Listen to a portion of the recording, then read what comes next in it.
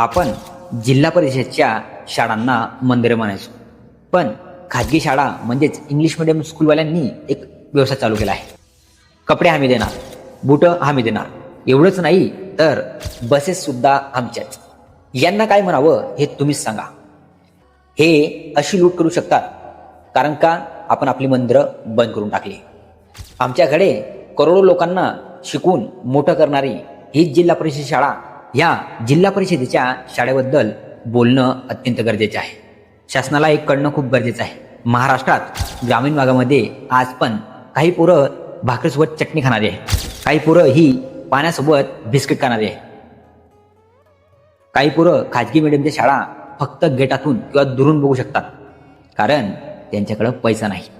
म्हणून शासनाला एकच सांगणं आहे की जर गरिबाला जिवंत ठेवायचं असेल किंवा शिक्षणात पुढे न्यायचं असेल तर शासनाने झेडपी शाळांना अजून प्रोत्साहन दिलं पाहिजे.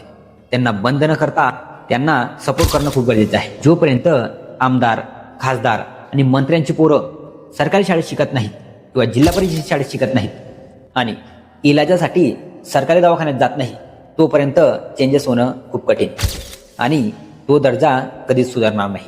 हा व्हिडिओ तुम्हाला कसा वाटला हे नक्की सांगा आणि हा व्हिडिओ जास्तीत जास्त लोकांपर्यंत नक्की शेअर करा. धन्यवाद.